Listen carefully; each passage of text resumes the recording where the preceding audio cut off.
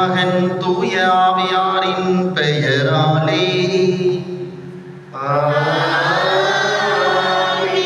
நம் ஆண்டவராகிய இயேசு கிறிஸ்துவின் அருளும் கடவுளின் அன்பும் தூய ஆவியாரின் நட்புறவும் உங்கள் அனைவரோடும் இருப்பதாக.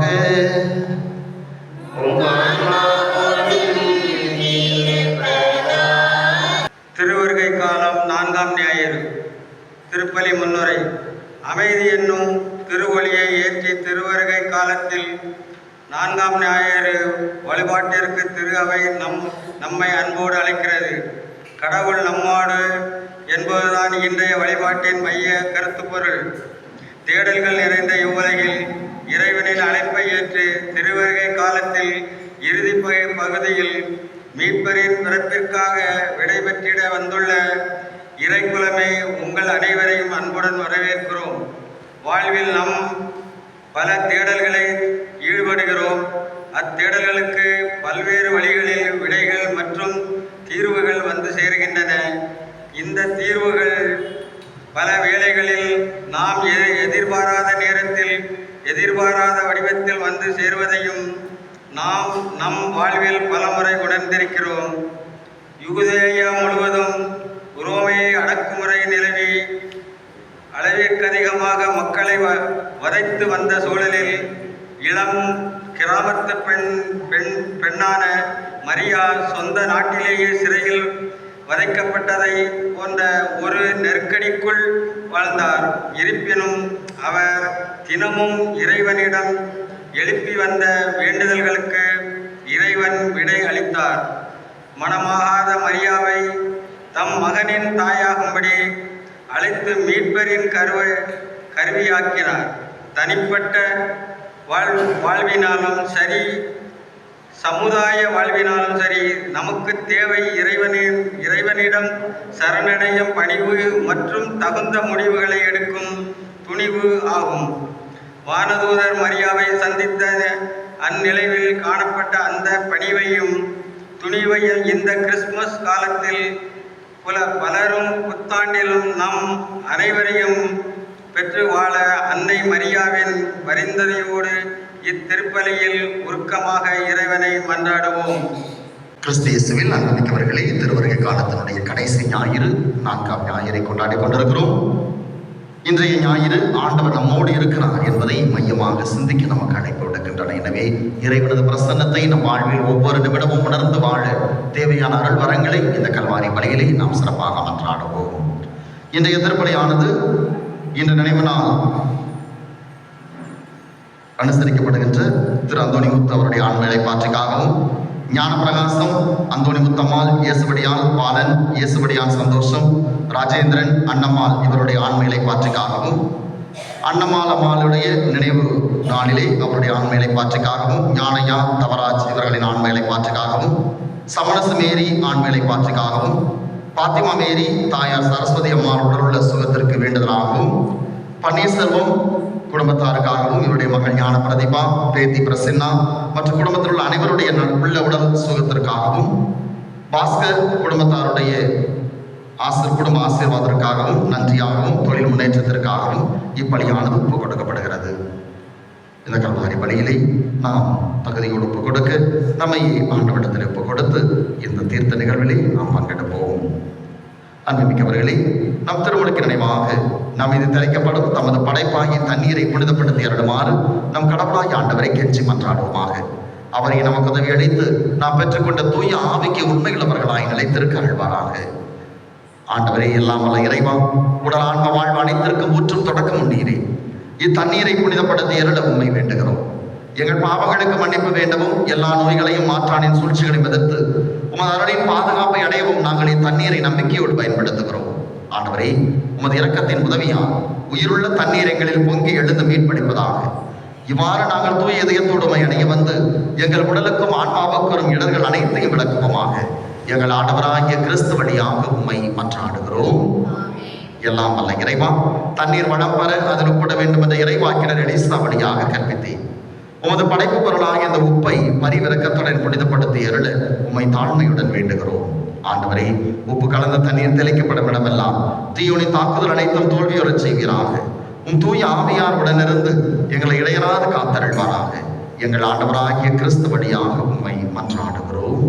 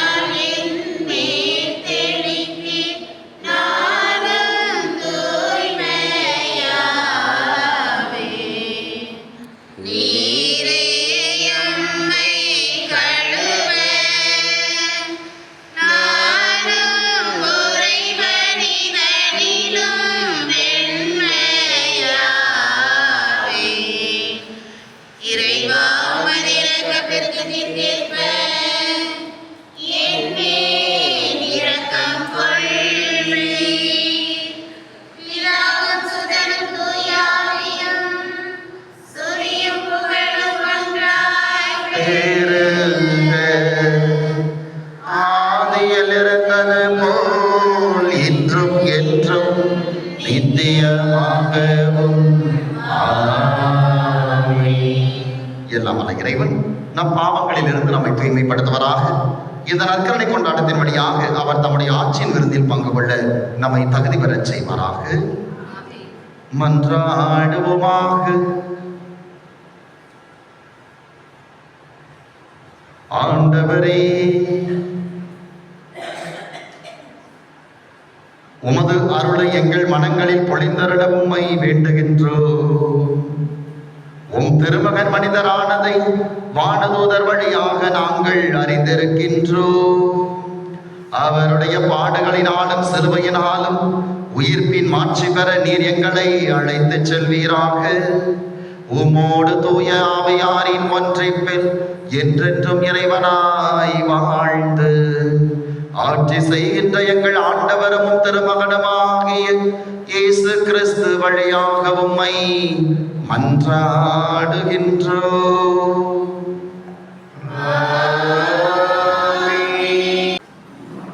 முதல் வாசகம். இதோ கன்னிப்பெண் கருத்தாங்குவார். இறைவாக்கினர் இசையா நூலிலிருந்து வாசகம். அந்நாட்களில் ஆண்டவர் ஆகாசுக்கு மீண்டும் தம் திருவாக்கை அருளி சொல்லியது. உன் கடவுளாகிய ஆண்டவர் உமக்கு ஒரு அடையாளத்தை அருளுமாறு கேளும். அது கீழே பாதாளத்திலோ மேலே வானத்திலோ தோன்றுமாறு கேட்டுக்கொள்ளும் என்றார். அதற்கு ஆகாசு, நான் கேட்க மாட்டேன், ஆண்டவரை சோதிக்க மாட்டேன் என்றார். அதற்கு எசாயா, தாவீதின் குடும்பத்தாரே, நான் சொல்வதை கேளுங்கள். மனிதரின் பொறுமையை சோதித்து மனம் சலிப்படைய செய்தது போதாதோ? என் கடவுளின் பொறுமையை கூட சோதிக்க பார்க்கிறீர்களோ? ஆதலால் ஆண்டவர் தாமே உமக்கு ஒரு அடையாளத்தை அருள்வார். இதோ கன்னிப்பெண் கருவுற்று ஒரு ஆண் மகவை பெற்றிருப்பார். அக்குழந்தைக்கு அவர் இம்மானுவேல் என்று பெயரிடுவார். இது ஆண்டவர் வழங்கும் அருள்வாக்கு.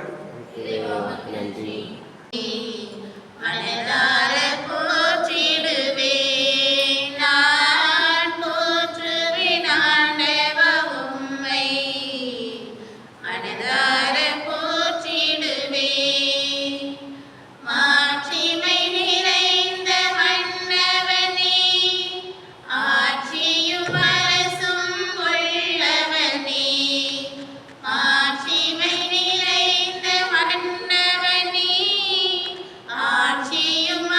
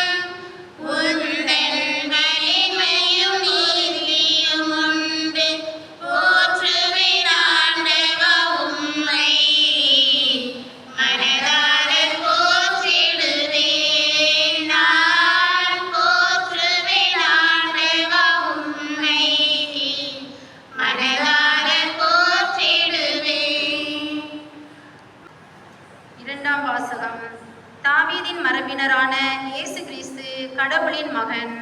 திருத்தூதர் பவுல் ரோமையருக்கு எழுதிய திருமுகத்திலிருந்து வாசகம். அதிகாரம் 1, இறை வார்த்தைகள் 1 முதல் 7 முடிய. கடவுளின் அன்பை பெற்று இறை மக்களாக அழைக்கப்பட்டுள்ள ரோமை நகர மக்கள் அனைவருக்கும் இயேசு கிறிஸ்துவின் பணியாளனும் திருத்தூதனாக அழைப்பு பெற்றவனும் கடவுளின் நற்செய்தி பணிக்கென ஒதுக்கி வைக்கப்பட்டவனுமாகிய பவுல் எழுதுவது. நம் தந்தையாம் கடவுளிடமிருந்தும் ஆண்டவராம் இயேசு கிறிஸ்துவிடமிருந்தும் உங்களுக்கு அருளும் அமைதியும் உரித்தாகுக.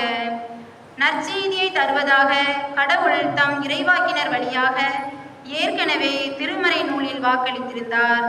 இந்த நற்செய்தி அவருடைய மகனை பற்றியதாகும். இவர் மனிதர் என்னும் முறையில் தாவீதின் வழிமரபினர், தூய ஆவியால் ஆட்கொள்ளப்பட்ட நிலையில் வல்லமையுள்ள இறைமகன்.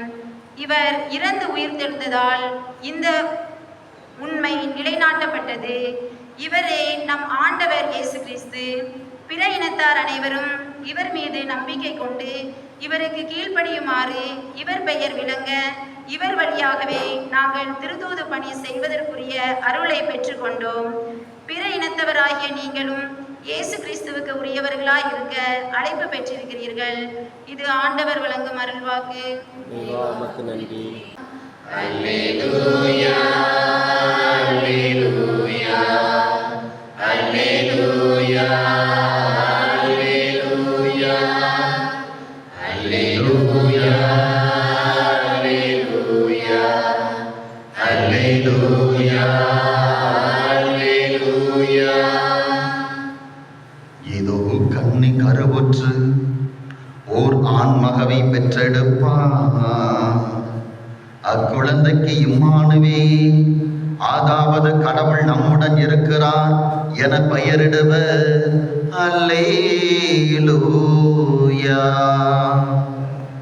அல்லேலூயா, அல்லேலூயா, அல்லேலூயா, அல்லேலூயா. ஆண்டவர் உங்களோடு இருப்பாராக. உம் ஆன்மாவோடும் இருப்பாராக. மத்தேயு எழுதிய தூய நற்செய்தியிலிருந்து வாசகம். ஆண்டவரே, மாட்சி உமக்கே. மத்தேயு நற்செய்தி அதிகாரம் 1, இறை வார்த்தைகள் 18 முதல் 24 முடிய. அதிகாரம் 1, இறை வார்த்தைகள் 18 முதல் 24 முடிய. இயேசு கிறிஸ்துவின் பிறப்பையொட்டிய நிகழ்ச்சிகள். அவருடைய தாய் மரியாவுக்கும் யோசேப்புக்கும் திருமண ஒப்பந்தம் செய்யப்பட்டிருந்தது. அவர்கள் கூடி வாழும் முன் மரியா கருவுற்றிருந்தது தெரிய வந்தது. அவர் தூய ஆவியால் கருவுற்றிருந்தார். அவர் கணவர் யோசேப்பு நேர்மையாளர். அவர் மரியாவை இகழ்ச்சிக்கு உள்ளாக்க விரும்பாமல் மறைவாக விலக்கிவிட திட்டமிட்டார். அவர் இவ்வாறு சிந்தித்துக் கொண்டிருந்த போது ஆண்டவரின் தூதர் அவருக்கு கனவில் தோன்றி, யோசேப்பே, தாவீதின் மகனே, உன் மனைவி மரியாவை ஏற்றுக்கொள்ள அஞ்ச வேண்டாம். ஏனெனில் அவர் கருவுற்றிருப்பது தூய ஆவியால் தான். அவர் ஒரு மகனை பெற்றெடுப்பார். அவருக்கு இயேசு என பெயரிடுவீர். ஏனெனில் அவர் தம் மக்களை அவர்களுடைய பாவங்களிலிருந்து மீட்பார் என்றார். இதோ கன்னி கருவுற்ற ஒரு ஆண்மகவை பெற்றெடுப்பார். அக்குழந்தைக்கு இம்மானுவேல் என பெயரிடுவர் என்று இறைவாக்கினர் வாயிலாக ஆண்டவர் உரைத்தது நிறைவேறவே இவையாகவும் நிகழ்ந்தன. இம்மானுவேல் என்றால் கடவுள் நம்முடன் இருக்கிறார் என்பது பொருள். யோசேப்பு தூக்கத்தில் இருந்து விழித்தெழுந்து ஆண்டவரின் தூதர் தமக்கு பணித்தவாறு தம் மனைவியை ஏற்றுக்கொண்டார். ஆண்டவரின் அருள்வாக்கு. கிறிஸ்துவே, உமக்கு புகழ். கிறிஸ்து இயேசுவில் மிகவும் அன்புக்குரியவர்களே, திருவருகை காலத்தினுடைய இறுதி கட்டத்திலே நாம் நின்று கொண்டிருக்கிறோம். 4ஆம் ஞாயிறை நாம் சிறப்பித்துக் கொண்டிருக்கிறோம். இந்த ஞாயிறு வாசகங்கள், இன்றைய வழிபாடு நமக்கு முன்வைக்கின்ற செய்தி இம்மானுவேல், கடவுள் நம்மோடு இருக்கிறார். இன்றைய வாசகங்கள் எல்லாமே இந்த செய்தியை பல வடிவங்களிலே நமக்கு திரும்ப திரும்ப எடுத்து சொல்லி இருக்கிறது. கடவுள் நம்மோடு இருக்கிறார், கடவுள் நமக்காக இருக்கிறார். இதை நாம் உணர்ந்து இந்த கிறிஸ்து பிறப்பை கொண்டாட வேண்டும் என்பதற்காக இந்த செய்தி நமக்கு தரப்படுகிறது. ஆக கடவுள் நமக்காக இருக்கிறார், கடவுள் நம்மோடு இருக்கிறார். நாம் யாருக்காக இருக்கிறோம்? நாம் யாரோடு இருக்கிறோம்? இதுதான் இன்று நமக்கு முன்னால் வைக்கப்படுகிற கேள்வி. இன்று கடவுள் நம்மோடு இருக்கிறார் என்பதை நாம் என்னுடைய வாழ்க்கை பயணத்திலே என்னோடு உடன் பயணிக்கிறார் என்ற நம்பிக்கை இன்றைக்கு நமக்கு எந்த அளவுக்கு இருக்கிறது? ஒரு பக்தன் ஒருவன் மிக சிறப்பாக கடவுளுக்குரிய ஒரு வாழ்க்கை வாழ்ந்தான், கடவுள் பக்தியோடு வாழ்ந்தான். இறந்த பின்னர் விண்ணகத்திற்கு செல்கிறான். விண்ணகத்திற்கு சென்ற போது கடவுளோடு அவன் உரையாடுகிற போது கடவுளிடத்தில் சொல்லுகிறான், ஆண்டவரே, உண்மையில் எனக்கு கொஞ்சம் வருத்தம். ஏனென்றால் என் வாழ்க்கையில் நீர் என்னோடு எப்போதும் நடந்து கொண்டிருக்கிறீர், என்னோடு பயணிக்கிறீர் என்று நான் நம்பிக்கொண்டிருந்தேன். ஆனால் என் வாழ்க்கையில கஷ்டமான காலத்திலே நீர் என்னோடு இருப்பதை உணர முடியவில்லை. நீர் என்னோடு இல்லை என்றுதான் நான் நினைக்கிறேன், அதனால் வருத்தப்படுகிறேன் என்று சொன்னான். அப்ப கடவுள் சொன்னான், நான் உன்னோடு தான் இருந்தேன், வா, உன்னுடைய வாழ்க்கை பயணத்தை நான் உனக்கு திருப்பி காட்டுகிறேன் என்று அவனை அழைத்து அவனுடைய வாழ்க்கையை திருப்பி காட்டுகிறான். காட்டுகின்ற போது ஒரு கடற்கரையில் நடப்பது போன்ற அவனுடைய வாழ்க்கையை காட்டுகிறான். அவன் நடந்து செல்கிற போது அவனுக்கு அருகிலே இன்னொரு காலடி தடம் நடந்து செல்கிறது. இவனுடைய காலடி தடம் போகிறது, இன்னொருவருடைய காலடி தடம் போகிறது. அதை காட்டி கடவுள் சொல்லுகிறார், இங்க பார், உன்னுடைய காலடி தடம், இது என்னுடைய காலடி தடம். உன்னுடைய வாழ்க்கையிலே நான் உன்னோடு தான் பயணித்துக் கொண்டிருக்கிறேன் அப்படின்னு சொல்றேன்.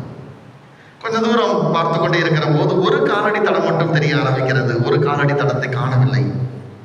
அப்போ அந்த பக்தர் சொல்லுகிறான், நான் கடவுளே, நான் சொன்னது சரியா போச்சா? இதுவரைக்கும் என் கூட வந்தீரு, இப்போ ஒரு காலடி தடம் தான் இருக்குது.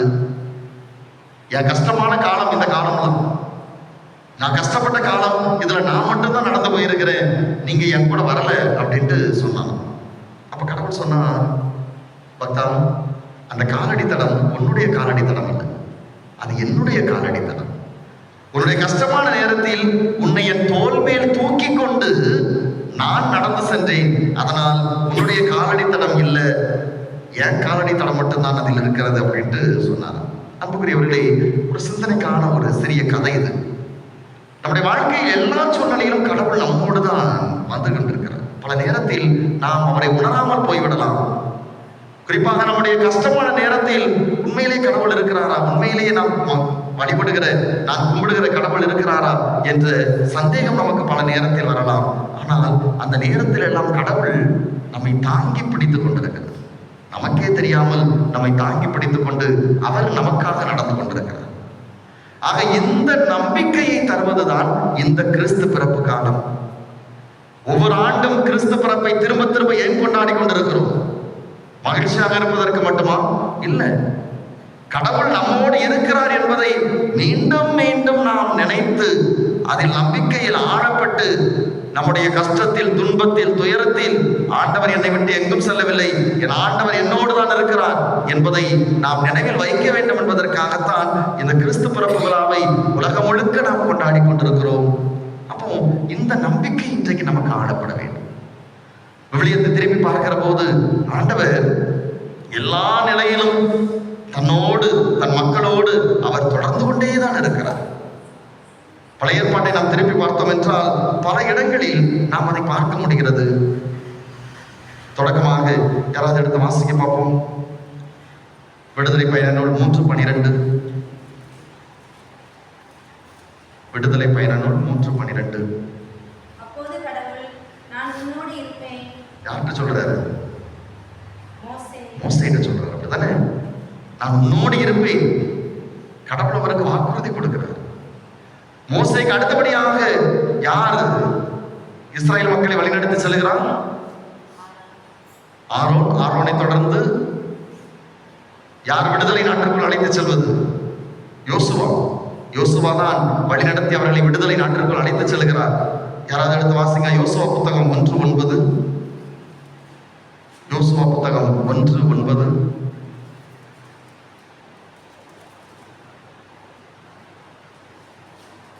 நான் உனக்கு கட்டளையிடவில்லையா? வீறு கொள், துணிந்து நில், அஞ்சாதே, கவலைப்படாதே, ஏனெனில் உன் கடவுளும் ஆண்டவருமான நான் நீ சொல்லும் இடம் எல்லாம் உன்னோடு இருப்பேன். பாருங்க, எப்படிப்பட்ட ஒரு வாக்குறுதியை கடவுள் கொடுக்கிறார். அஞ்சாதே, நீ செல்லும் இடமெல்லாம் நான் உன்னோடு இருப்பேன். கடவுளுடைய வாக்குறுதி அது. பழைய ஏற்பாட்டில் பார்க்கிறோம், கடவுள் இஸ்ராயல் மக்கள் செங்கடலை கடக்கின்ற போதும் சரி, பாலைவனத்தை நடக்கின்ற போதும் சரி, பகலில் மேகத்தூணாகவும் இரவில் நெருப்பு தூணாகவும் அவர்களை பின்தொடர்ந்து வருகிறார். அவர்கள் அடுத்து மீண்டும் தன்னை உணர்ந்து கொள்ள வேண்டும் என்பதற்காக உடன்படிக்கை பேழையின் வழியாக தன்னுடைய உடனிருப்பை அவர்களுக்கு கொடுத்து கொண்டே இருக்கிறார். இப்படி வழி வழியாக கடவுளுடைய உடனிருப்பை, அவருடைய பிரசன்னத்தை இஸ்ராயல் மக்களும் சரி, கடவுளால் தேர்ந்தெடுக்கப்பட்டவர்களும் சரி உணர்ந்து வாழ்ந்து கொண்டே இருந்தார்கள். கடவுள் திரும்ப திரும்ப அவர்களுக்கு உணர்த்தி கொண்டே இருக்கிறார், நான் உங்களோடு தான் இருக்கிறேன், நான் உன்னோடு பயணிக்கிறேன், நீ செல்லும் இடமெல்லாம் நான் உன்னோடு தான் வருகிறேன். எனவேதான் திருப்பாடல் ஆசிரியர் தாவீது அரசரும் பாடுகிறார். திருப்பாடல் 118:7 யாராவது வாசிங்க. திருப்பாடல் 118:7. எல்லாம் திருப்புறமா இருக்கு, யாரும் வாஸ்தமா தெரியலையே. திருப்பாடல் 118:7. எனக்கு துணை வேற யாராவது வாசிங்க.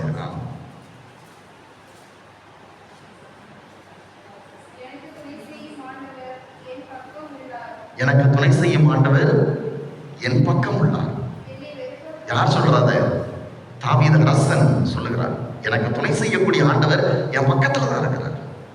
அப்போ கடவுள் நம்மோடு என்பதை பழைய ஏற்பாட்டிலே உணர்த்தி கொண்டு வருகிற ஆண்டவர் அதை இன்னும் அழகாக தன்னுடைய பிறப்பினால் இந்த உலகத்திற்கு தருகிறார். எனவேதான் இயேசு பிறக்கின்ற போது இந்த நற்செய்தி வாசகத்தில் நாம் வாசிக்க கேட்டோம், இயேசுவுக்கு என்ன பெயர் வைக்கப்படுகிறது?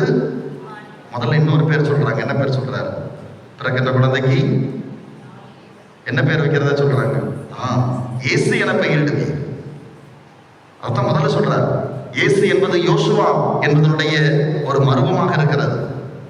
யோசுவா விடுதலை நாட்டிற்குள் கடவுளுடைய சார்பாக எடுத்து சென்றவர். இந்த மக்களுக்கு பாவ அடிமைத்தனத்தில் இருந்து விடுதலை தருவதற்காக ஆண்டவருக்கு அந்த பெயர் கொடுக்கப்படுகிறது, இயேசு என்ற பெயர்.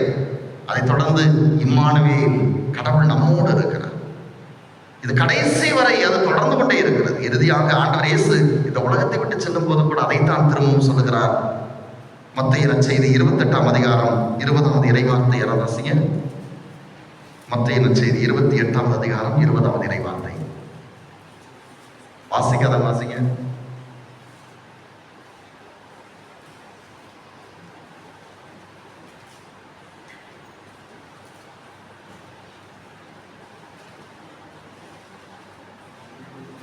என்ன சொன்னாலும் சரி, நீங்க சொல்லிட்டே இருங்க, நாங்க பைபிள் கொண்டு வர மாட்டோம்.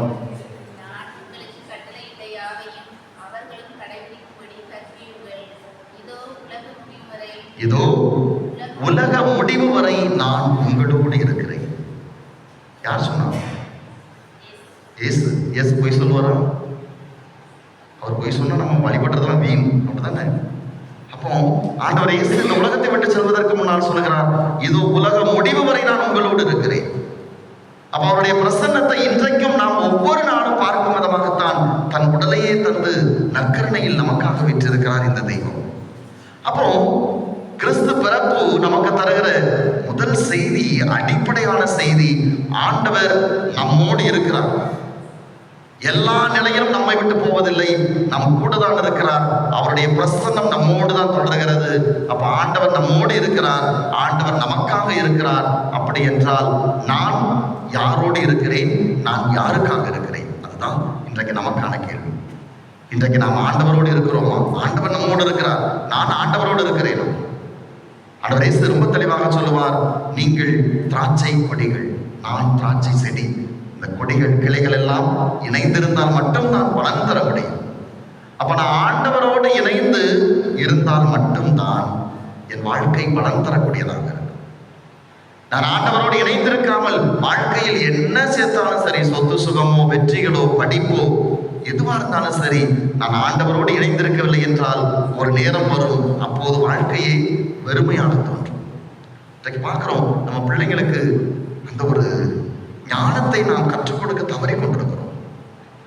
படிப்பு படிப்பு படிப்பு, அறிவு அறிவு எருவென்று அந்த பிள்ளைகளுக்கு அவ்வளவு நேரத்தை, அவ்வளவு சக்தியை, ஆற்றலை செலவழிக்க அவர்களை செய்கிற நாம் அதில் ஒரு மடங்கு கூட கடவுளோடு நம் பிள்ளைகள் நடந்து கொண்டிருக்கிறார்களா?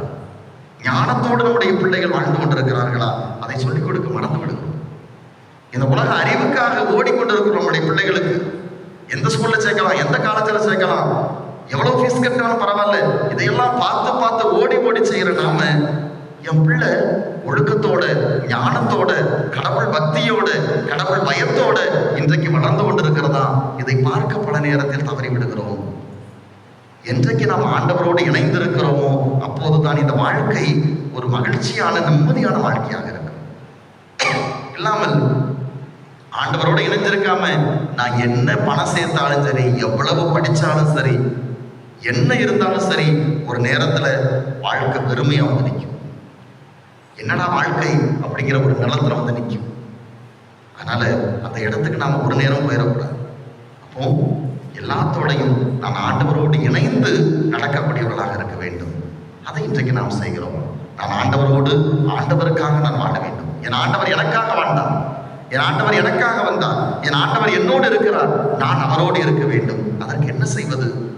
ஆண்டவருடைய மீட்பின் வரலாறு நமக்கு மிக தெளிவாக கற்றுக் கொடுக்கிறது. இந்த உலகத்தின் மீது கொண்ட அன்பினால் இந்த உலகத்தில் தன் ஒரே மகனை இந்த உலகத்துக்கு தருகிறார். யோவான் நற்செய்தியில் நாம் பார்க்கிறோம்.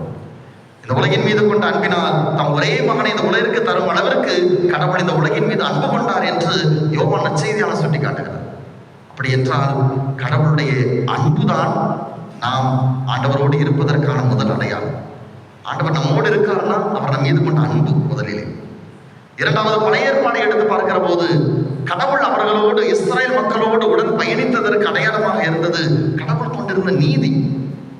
எளிய மக்கள் பக்கம் கடவுள் நின்றார், புற இனத்தவர்கள் பக்கம் கடவுள் நின்றார், கைவிடப்பட்ட பெண்கள் பக்கம் கடவுள் நின்றார், அடிமைத்தளத்தில் இருந்த இஸ்ரேல் பக்கம் கடவுள் நின்றார். அப்படி என்றால் கடவுள் நீதியோடு செயல்பட்டு தன்னுடைய பிரசன்னத்தை மக்களுக்கு உணர்த்தி கொண்டே இருந்தார். ஆக இரண்டாவது நீதி. மூன்றாவது இரக்கம்.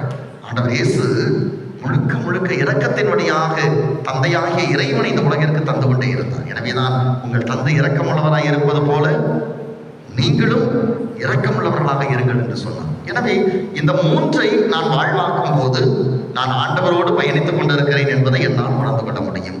இன்றைக்கு நான் அன்போடு இருக்கிறேனா? என்னை சுற்றி வாழ்பவர்கள் மீது எனக்கு அன்பு இருக்கிறது. நான் கடவுளை அன்பு செய்கிறேன் என்றால் மக்களை அன்பு செய்ய வேண்டும். யோவான் திருமுகத்தில் சொல்லுவார், நான் கடவுளை அன்பு செய்கிறேன் என்று சொல்லிக்கொண்டு என் சகோதர சகோதரிகளை நான் அன்பு செய்யாவிட்டால் நான் பொய்யன், நான் ஃப்ராடு. வெறுமனே நான் கடவுளை அன்பு செய்கிறேன்னு சொல்றவன் ஃப்ராடு. திரும்ப தெளிவா சொல்றேன். கூட இருக்கிறவன் அன்பு செய்ய முடியாதவன், கண்ணால் காண்பவனை அன்பு செய்ய முடியாதவன், கண்ணால் காண முடியாத கடவுளை ஒருபோதும் அன்பு செய்ய முடியாது. அப்போ இன்றைக்கு நான் என்னை சுற்றி வாழ்பவர்களை அன்பு செய்யக்கூடியவனாக இருக்கிறேனா? இரண்டாவது, நீதியோடு இன்றைக்கு இருக்கிறேனா? கடவுள் கொண்டிருந்த அதே நீதி. இன்றைக்கு நற்செய்தியிலே யார் வர்றா? யாருக்கு கனவில் தோன்றுகிறார்? கடவுளின் தூதர் யோசேப்பு. யோசேப்புக்கு ஒரே பெயர் தான் கொடுக்கப்படுகிறது, அவர் ஒரு நேர்மையாளர், நீதிமான். எதற்காக அந்த பெயர் கொடுக்கப்படுகிறது? அவர் செய்த செயல்கள். இந்த நற்செய்தியை நாம் பார்க்கிறோம். தன்னுடைய மனைவி கருவுற்றிருப்பதை அறிந்திருக்கிற யோசேப்பு அவரை காட்டிக் கொடுக்க விரும்பவில்லை. சட்டத்திற்கு உட்படுத்தி அவரை கல்லால் எறிவதற்கு அவர் விரும்பவில்லை. அவரை மறைவாக விலக்கிவிட திட்டமிடுகிறார். என்ன அர்த்தம்? அந்த பெண்ணை, தன் மனைவியாக இருப்பவளை, தனக்கு தெரியாமலே கருவுற்றிருப்பவளை இழிவுக்கு உட்படுத்த அவர் ஒருபோதும் விரும்பவில்லை. அதுதான் நீதி. இதுதான் கடவுளுடைய நீதி. இதுதான் நீதிமான் செய்யக்கூடிய செயல். என்னோடு வாழ்பவர்கள் தவறு செய்திருந்தால் கூட அவர்களை நான் இழிவுக்குட்படுத்தாமல் இருப்பது ஒரு வகையான நேர்மைத்தனம். இன்றைக்கு அந்த நேர்மைத்தனம் நம்மிடத்தில் இருக்கிறதா? எனக்கு பிடிச்சவங்கன்னா ஒரு நீதி, எனக்கு பிடிக்காதவங்கன்னா இன்னொரு நீதி. எனக்கு பிடிச்சவங்க தப்பு செஞ்சாலும் சரி, என் குடும்பத்தில் இருக்கவங்க தப்பு செஞ்சாலும் சரி, அதை ஒளித்து மறைத்து வைக்க விரும்புகிறேன்னா, எனக்கு பிடிக்காதவர்கள் ஒரு சின்ன செயல் செய்தால் கூட அவர்களை இழிவுக்குட்படுத்த, அவர்களை பெயர்களை கெடுக்க நாம் எவ்வளவு முயற்சி எடுக்கிறோம். 4 பேர் கூடிவிட்டாலே யார் பெயரை கெடுக்கலாம் என்று புரணி பேசுவதானே பல நேரத்தில் நம்முடைய வாழ்க்கையாக இருந்து கொண்டிருக்கிறது. ஆக இன்றைக்கு நேர்மைத்தனம் என்பது இதுதான். சூசையப்பர் கற்றுக் கொடுக்கிற நேர்மைத்தனம். அடுத்தவருடைய பெயரை கெடுக்காமல், அடுத்தவரை இழிவுக்குட்படுத்தாமல் நான் வாழ்ந்தாலே நான் நேர்மையோடு வாழ்கிறேன். அந்த நேர்மைத்தனம் இன்றைக்கு இருக்கிறது என்றால் நான் கடவுளோடு வாழ்ந்து கொண்டிருக்கிறேன். மூன்றாவது, இரக்கம். இந்த கிறிஸ்துமஸ் நமக்கு கற்றுக் கொடுப்பது இரக்கம். இந்த கிறிஸ்துமஸை இன்றைக்கு நம்முடைய மறைமாவட்ட இளைஞர் இயக்கம் சார்பாக காலையிலிருந்து மதியம் வரை பொதுக்குழு கூட்டம், மதியத்திலிருந்து நேரம் அங்கிருந்தா நேரம் இங்கே வர்றேன் 6:30 மணி வரைக்கும் அங்கே நம்முடைய நாங்குநேரியில் இருக்கிற மனநலம் பாதிக்கப்பட்ட அந்த அன்பு இல்லத்திலே இளைஞர்கள் எல்லாம் சேர்ந்து கிறிஸ்து பிறப்பு விழாவை கொண்டாடினோம். அங்க இருக்கிற எல்லாருக்கும் அவர்கள் உதவி செய்தார்கள். தங்களிடம் இருக்கிற பணத்தை போட்டு எல்லா பங்கில் இருக்கிற இளைஞர்களும் ஒன்று சேர்ந்து அங்க இருக்கிற எல்லாருக்குமே உடைகள் எடுத்து கொடுத்து அவர்களுக்கு ஒரு மாதத்திற்கு தேவையான உணவுப் பொருட்கள், அதுபோக அந்த தேவைப்பட்ட ஒரு சில பொருட்கள் என்று அவர்களே பிரித்து அங்க எல்லாருக்கும் வாங்கிட்டு வந்து கொடுத்தார். இதுதான் கிறிஸ்துமஸ். அடுத்தவர் முகத்தில் மகிழ்ச்சியை வரவழைப்பது, அடுத்தவருக்கு இரக்கப்படுவது, அதுதான் கிறிஸ்துமஸ். நானே ட்ரெஸ் எடுத்து நானே போட்டுக்கிட்டு நானே கறி எடுத்து சாப்பிட்டுட்டு நானே சந்தோஷமா இருக்கிறது கிடையாது கிறிஸ்துமஸ். அதற்காக கொண்டாடுவது கிடையாது. ஆண்டவர் அதற்காக வரவில்லை. என்னால என் குடும்பத்தால இன்னொரு குடும்பம் கொஞ்சமாவது சந்தோஷப்படும், நான் செய்யற ஒரு சின்ன உதவியால ஒருத்தருக்காவது ஒரு நல்லது நடக்கணும், அதுதான் கிறிஸ்துமஸ். இந்த கிறிஸ்துமஸ்ல இதை ஒரு வாழ்க்கை பாடமா எடுத்துக்கணும். நீங்க கிறிஸ்துமஸ் பூசைக்கு வரதுக்கு முன்னாடி இதை செஞ்சுட்டு வாங்க. அப்படி வந்தீங்கன்னா குடியில் ஆண்டவர் பிறக்கிறப்ப என் உள்ளத்துல அந்த ஆண்டவர் பிறப்பார். எனக்கு சந்தோஷமா இருக்கு. என்னால ஒரு குடும்பம் இப்ப சந்தோஷமா இருக்கு. குறைந்தது ஒரு குடும்பத்துல, கஷ்டப்படுற குடும்பத்துல ஒரு குழந்தைக்கு ஒரு ட்ரெஸ்ஸாவது எடுத்து கொடு. அந்த வீட்டுக்கு ஒரு நேரம் கிறிஸ்துமஸ் அன்னைக்கு கறி எடுத்து அவங்க நல்ல சாப்பாடு சாப்பிடுறதுக்காக ஒரு உதவி செய். இது யாருக்கு தெரிய வேண்டியதில்லை, நீங்களா செய்யும். உங்களுக்கு மட்டும் தெரிஞ்சா போதும். நான் எல்லா இடத்துக்கும் நம்ம இங்க வந்தப்பட தான் செய்யல. பங்குகள்ல இருக்கும்போது பெரிய பெரிய பங்குகள்ங்கிறதுனால என்ன செய்வோம்னா, முதல் நாளை திருவருகை காலம் தொடங்குற அந்த ஞாயிற்றுக்கிழமையே ஒரு கிறிஸ்துமஸ் ட்ரீ வச்சிருவேன். அந்த கிறிஸ்துமஸ் ட்ரீல ஒரு 100 அட்டைகள் தொங்க விட்டுருவோம், நம்பர் போட்டு. அந்த 100 அட்டைகள் என்னன்னா, அந்த ஊரில் இருக்கிற மிகவும் கஷ்டப்பட்ட ஒரு 100 குடும்பங்கள் முதல்ல லிஸ்ட் எடுத்து வச்சிருக்கோம். விருப்பப்படுகிறவர்கள் குடும்பமாக, சபையாக விருப்பப்படுகிறவர்கள் அதிலிருந்து ஒரு அட்டை எடுத்துட்டு வந்து அந்த நம்பர் 7ஆம் நம்பர் அப்படின்னு சொன்னாங்கன்னா யாருன்னு சொல்ல மாட்டோம். அந்த குடும்பத்துக்கு என்ன தேவையோ அதை சொல்லுவேன்.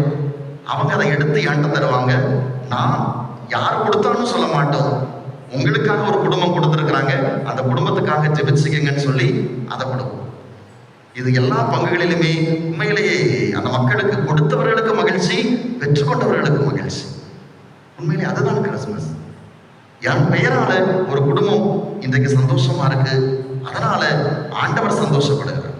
இயேசு சொல்கிறார் அல்லவா, சின்னஞ்சிறிய என் சகோதரர்களுக்கு நீங்கள் செய்ததெல்லாம் எனக்கே செய்தீர்கள். எனவே அன்புக்குரியவர்களே, இந்த கிறிஸ்துமஸை நாம உண்மையிலேயே ஒரு அர்த்தத்தோட மகிழ்ச்சியோட கொண்டாடணும்னா இன்னும் 4 நாள் இருக்கு, அப்படிதானே? 3 நாளாவது இருக்கு.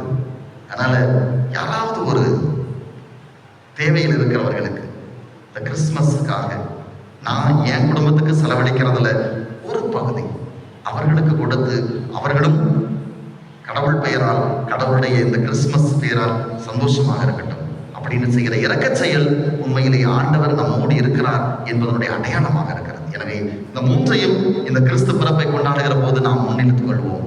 அன்பு, நேர்மை, இரக்கம், இந்த 3ஐயும் நாம் செய்கிற போது நம்முடைய வாழ்க்கை எப்போதுமே கடவுளுக்குரியதாக இருக்கிறது. எனவே அதற்கான வரத்தை இப்பணியிலே தொடர்ந்து மன்றாடுவோம். இறைவன் நம்மை ஆசீர்வதிப்பார். அனைவரும் எழுந்து நின்று நம்முடைய நம்பிக்கை அறிக்கையிடுவோம்.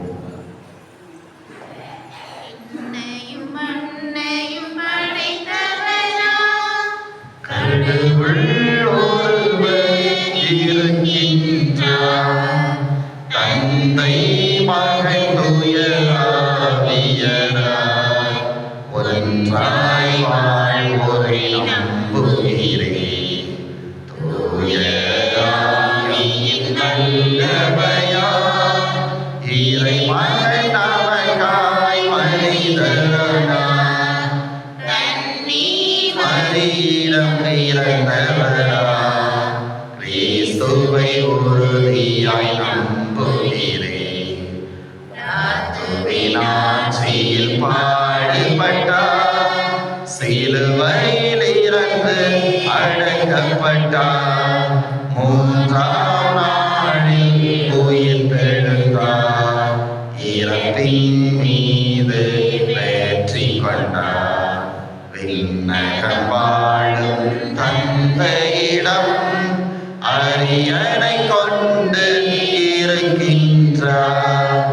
உலகம் முடியும் காலத்திலே நடுவராய் திரும்பவும் வந்திடுவார். தூய நம்புகிறேன். பாரினில் அவர் துணை வேண்டுகிறேன். பாவ மன்னிப்பில் தூய்மை பெற்று பரிகார வாழ்வில் நிலைத்திடுவே. திரு அவை உரைப்பதை நம்புகிறேன். புனிதர்கள் உறவை நம்புகிறேன். உடலின் உயிர்ப்பை நிறை வாழ்வை உறுதியுடனே நம்புகிறேன். இதை நம்ம நம்பிக்கையாக கேட்டிருக்கிறோம். இந்த நம்பிக்கையின் அடிப்படையில் நம்முடைய தேவைகளை மற்ற ஆண்டுகளை ஆண்டுடைய பாதத்தில் எடுத்து வைப்போம். கடவுள் நம்மோடு இருக்கிறார், நமக்காக இருக்கிறார். நாம் கடவுளோடு இந்த திருப்பணியில் இணைந்து கிறிஸ்து பிறப்பை கொண்டாடுவதற்கு நம்மையே தயாரிக்க நம் தேவைகளை மற்ற ஆண்டுகளை ஆண்டவர் பாதத்தில் எடுத்து வைப்போம். ஒதுக்கி வைக்கப்பட்ட பணியாளர்களாகிய எம் திருத்தந்தை, ஆயர்கள், குருக்கள் மற்றும் துறவியர் அனைவருக்காகவும் மன்றாடுகின்றோம். இவர்கள் அனைவரும் அன்னை மரியாவைப் போல உம் திருமணத்திற்கு பணிந்து வரவிருக்கும் கிறிஸ்து பிறப்பு பெருவிழாவை மாந்தர் அனைவர்களும் மகிழ்ச்சி தரும் விழாவாக கொண்டாட தேவையான அருள் பொழிய வேண்டுமென்று இறைவாமை மன்றாடுகின்றோம். உலகத் தலைவர்களுக்காக ஆண்டவராம் இயேசுவிடம் இருந்து உங்களுக்கு அருளும் அமைதியும் உரித்தாகுக என்ற பவுலடியாரின் வாழ்த்து இவ்வுலகில் மெய்ப்பட வேண்டும் என்று மன்றாடுகிறோம். உலகத் தலைவர்களும் எம் நாட்டை ஆள்வோரும் அமைதியின் பாதையில் பயணித்து மக்கள் அனைவரையும் சமய சமூக பாகுபாடின்றி ஒரு தாய் மக்களாக பாவித்து நல்வழி நடத்த வரமருள வேண்டுமென்று இறைவா உம்மை மன்றாடுகிறோம்.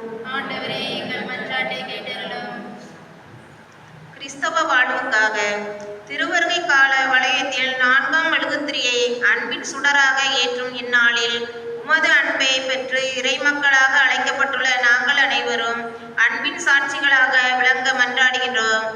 இக்கிறிஸ்து பிறப்பு காலத்தில் நாங்கள் பிறரன்பு செயல்களில் எம்மையை முழுமையாக ஈடுபடுத்திக் கொண்டு உமது அன்பை பிறரோடு பகிர்ந்து வாழ அருள் தர வேண்டுமென்று இறைவா உம்மை மன்றாடுகிறோம்.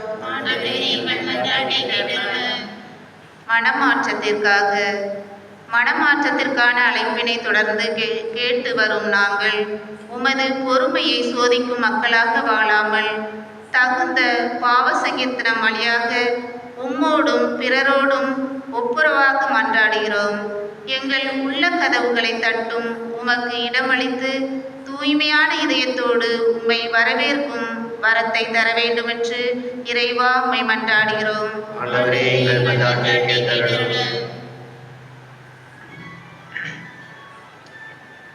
பங்கு மக்களுக்காக இம்மானுவேல் ஆகிய உமது வருகையை நன்றியோடு கொண்டாடி மகிழும் எம் பங்கு மக்கள் மற்றும் இணையோருக்காக மன்றாடுகிறோம்.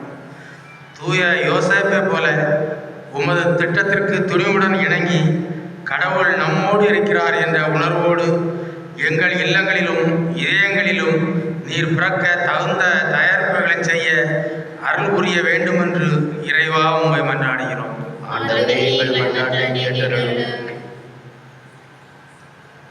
நம்முடைய தனிப்பட்ட தேவைகளுக்காக சற்று நேரம் கண்களை மூடி கரங்களை குவித்து நம்பிக்கையோடு ஆண்டவரிடத்தில் மன்றாடுவோம். ஆண்டவர், இந்த கிறிஸ்து பிறப்பு விழாவை அர்த்தத்தோடு நாங்கள் கொண்டாட வேண்டும். அதற்கான செயல்பாடுகளை நாங்கள் முன்னெடுக்கக்கூடிய ஆற்றலை, ஞானத்தை, நல்ல உள்ளத்தை எங்களுக்கு தாரும் ஆண்டவரே என்று கேட்போம்.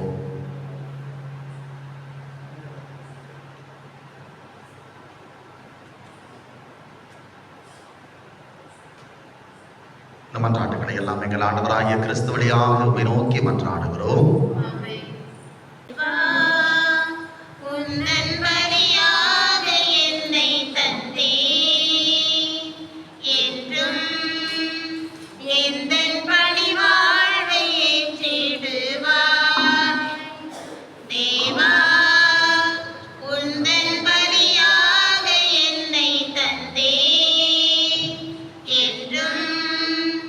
எந்தன் பணி வாழ்வை ஏற்றிடுவார்.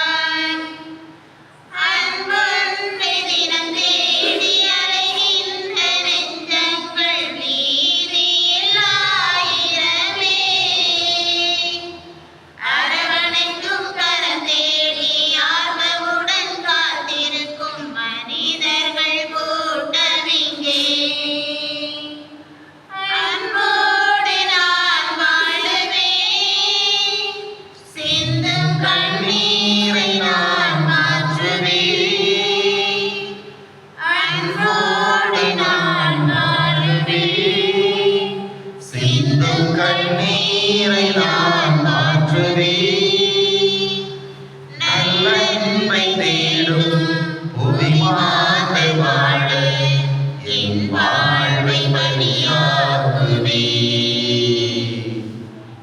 அன்புக்குரியவர்களை நாம் அனைவரும் இணைந்து ஒப்புக் கொடுக்கும் இப்பலி எல்லாம் வல்ல தந்தையாகிய இறைவனுக்கு ஏற்றதாகும்படி மன்றாடுங்கள். ஆண்டவர் தமது பேரின் புகழ்ச்சிக்காகவும் ஆட்சிக்காகவும் நமது நன்மைக்காகவும் புனித திரு அனைத்து நலனுக்காகவும் உமது கையெழுத்தை பணியேற்றுள்ளாராக. ஆண்டவரே, புனித மரியாவின் திருவயிற்றை தூய ஆவியார் தமது வல்லமையால் நிரப்பினார். உமது பீடத்தின் மேல் வைக்கப்பட்டுள்ள இக்காணிக்கைகளையும் அவரே புனிதப்படுத்துவாராக. எங்கள் ஆண்டவராகிய கிறிஸ்து வழியாக உம்மை மன்றாடுகின்றோ.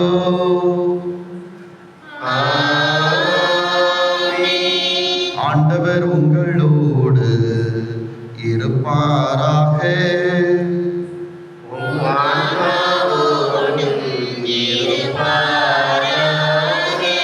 இதயங்களை மேலே எழுப்புங்கள்.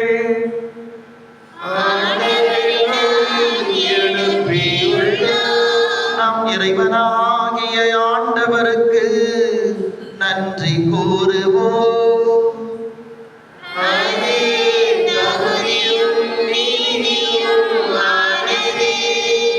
ஆண்டவரே, தூயவரான தந்தையே,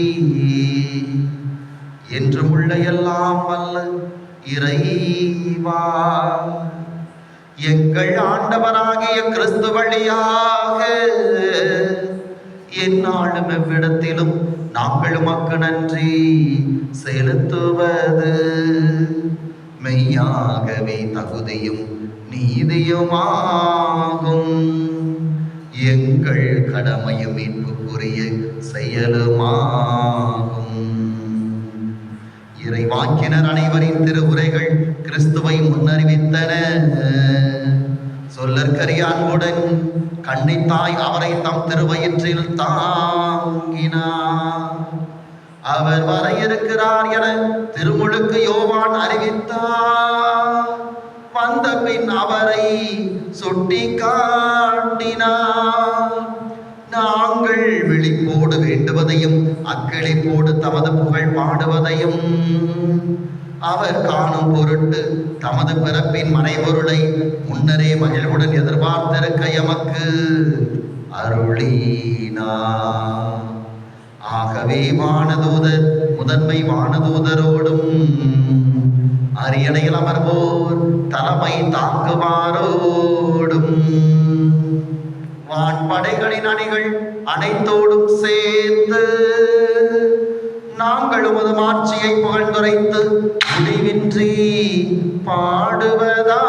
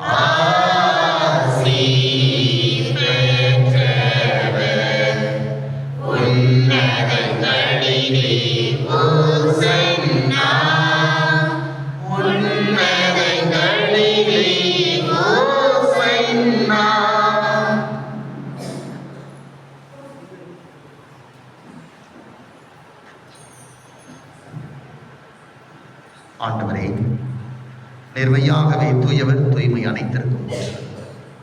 ஆகவே உடைய தூய ஆவியை பொழிந்த இக்காணிக்கைகளை தூய்மைப்படுத்த உம்மை வேண்டுகிறோம். இவ்வாறு எங்கள் ஆண்டவர் இயேசு கிறிஸ்துவின் உடலும் இரத்தமுமாக எங்களுக்கு இவை மார்பனவாக. அவர் பாடுபட உளம் கனிந்து தம்மை கையளித்த போது அப்பத்தை எடுத்து நன்றி செலுத்தி அதை விட்டு தம் சீடருக்கு அளித்து அவர் கூறியதாவது: அனைவரும் இதிலிருந்து பெற்றுக் கொள்ளுங்கள், ஏனெனில் இது உங்களுக்காக கையளிக்கப்படும் என் உடல்.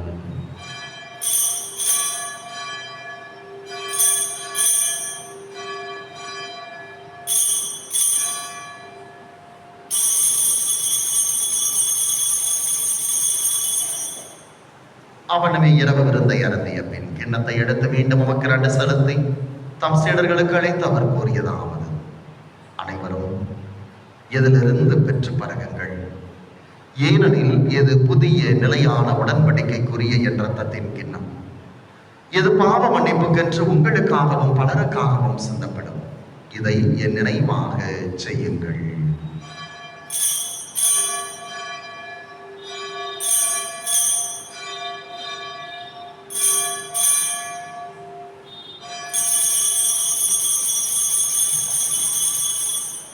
நம்பிக்கையின் மறைபொருள். ஆண்டவரே, நீர் வருமளவும் உமது இறப்பினை அறிக்கையிடுகின்றோம், உமது உயிர்ப்பினையும் எடுத்துரைக்கின்றோம். ஆகவே ஆண்டவரே, நாங்கள் கிறிஸ்துவின் இறப்பினையும் உயிர்ப்பினையும் நினைவு கூர்ந்து வாழ்வு தரும் அப்பத்தையும் மீட்பளிக்கும் கிண்ணத்தையும் உமக்கு ஒப்புக் கொடுக்கிறோம். உம் திருமுன்னின்று உமக்கு ஊழியம் புரிய தகுந்தவர்கள் என எங்களை ஏற்றுக்கொண்டீர். எனவே உமக்கு நன்றி செலுத்துகிறோம். மேலும் கிறிஸ்துவின் உடலிலும் இரத்தத்திலும் பங்கு கொள்ளும் எங்களை தூய ஆவியார் ஒன்று சேர்க்க வேண்டும் என உம்மை தாழ்மையுடன் மன்றாடுகிறோம். ஆண்டவரே, உலகெங்கு பரவி இருக்கும் அது திரு அவை நினைவு கூர்ந்தரிடம் எங்கள் திருத்தந்தை லியோ, எங்கள் ஆய ஸ்டீஃபன், எல்லா திருநிலையினராகிய அனைவரோடும்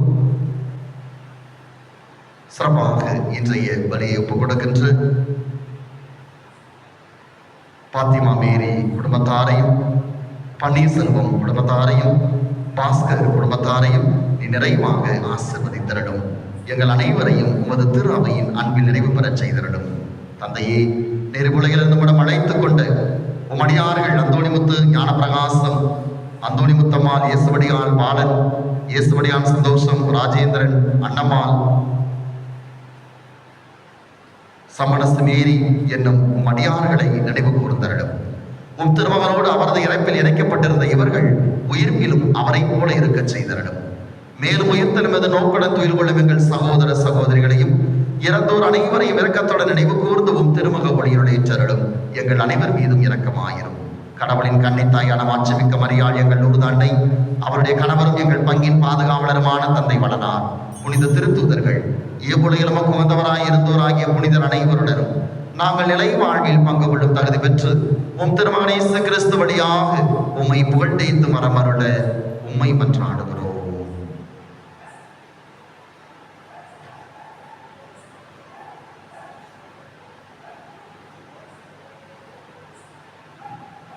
இவர் வழியாக இவரோடு இவரில் எல்லாம் வல்ல இறைவனாகிய தந்தையே, தூய ஆவியாரின் ஒன்றைப்பில் எல்லா புகழும் ஆட்சியும் என்றென்றும் உமக்கு உரியதே.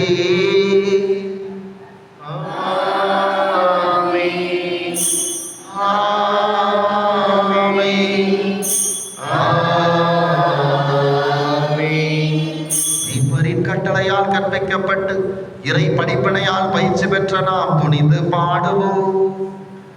விண்ணுலகில் இருக்கிற எங்கள் தந்தையே, உமது பெயர் தூயதென போற்றப் பெறுக, உமது ஆட்சி வருக, உமது திருவுளம் விண்ணுலகில் நிறைவேறுவது போல மண்ணுலகிலும் நிறைவேறுக.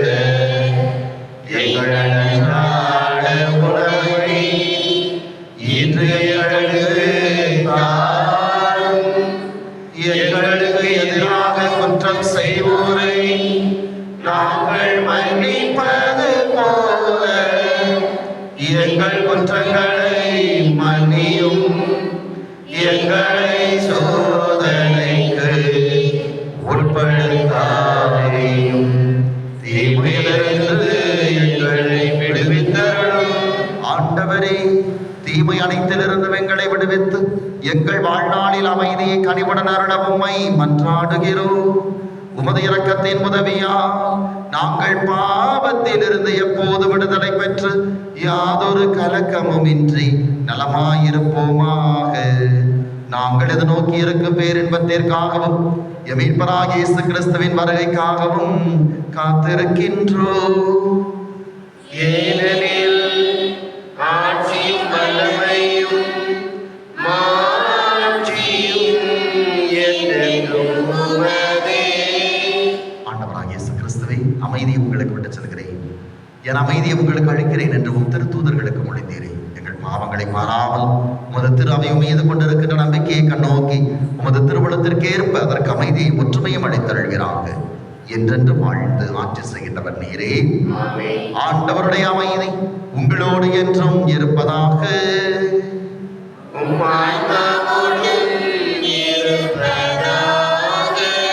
ஒருவருக்கொருவர் ஆண்டவர் இயேசு நமக்கு தருகின்ற அமைதியை பகிர்ந்து கொள்வோம். உலகின் பாவங்களை போக்கும் இறைவனின் செம்மறியே எங்கள் மேல் இரக்கமாயிரும். உலகின் பாவங்களை போக்கும் இறைவனின் செம்மறியே எங்கள் மேல் இரக்கமாயிரும். உலகின் பாவங்களை போக்கும் இறைவனின் செம்மறியே எங்களுக்கு அமைதி அளித்தருளும்.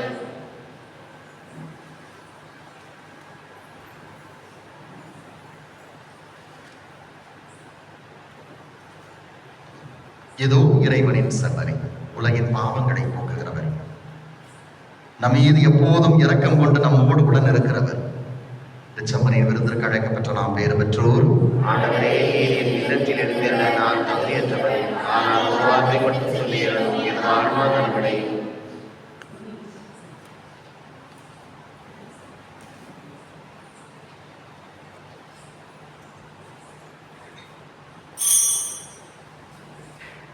வாரும்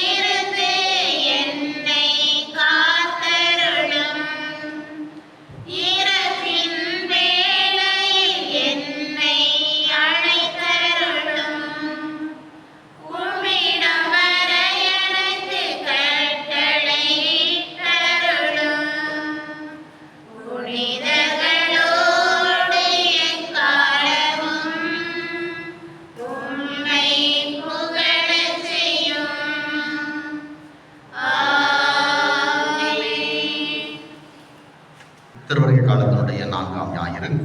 இன்றைய ஞாயிறு வழிபாட்டை சிறப்பித்த லூர்து மாதா அன்பியத்தாருக்கு நம்முடைய நன்றிகளையும் பாராட்டுகளையும் தெரிவித்துக் கொள்வோம்.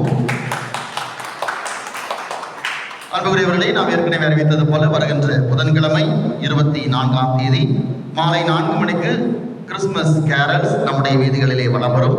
எனவே அதற்கேற்ப தயாரிப்போடு இருக்க ஒரு பெரியவர்களை, நிர்வாகத்தாரை, இருக்கின்ற அத்தனை பேரையும் அன்பிய பொறுப்பாளர்களை கேட்டுக்கொள்கிறேன். எனவே அன்று மாலை நாம் சரியாக தொடங்க வேண்டும். இங்கு நிகழ்வுகளை முடித்து நான் அடுத்த நிகழ்வுகளுக்கு செல்ல வேண்டும். எனவே அருள் கூர்ந்து நேரத்திற்கு ஆரம்பிக்க உதவி செய்ய உங்களை அன்போடு கேட்டுக்கொள்கிறேன். நிலையான மீட்பின் உறுதிப்பாட்டை பெற்றுக்கொண்ட நாங்கள் உம்மை வேண்டுகின்றோம். மீட்பளிக்கும் திருநாள் நெருங்கி வரும் இவ்வேளையில் நாங்கள் மென்மேலும் இறைப்பற்றுடன் உம் திருமகனுடைய பிறப்பின் மறை நிகழ்வை தகுதியான முறையில் கொண்டாட முன்னேறுவோமாக.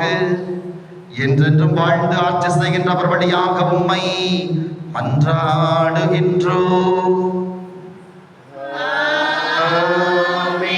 ஆண்டவர் உங்களோடு இருப்பாராக.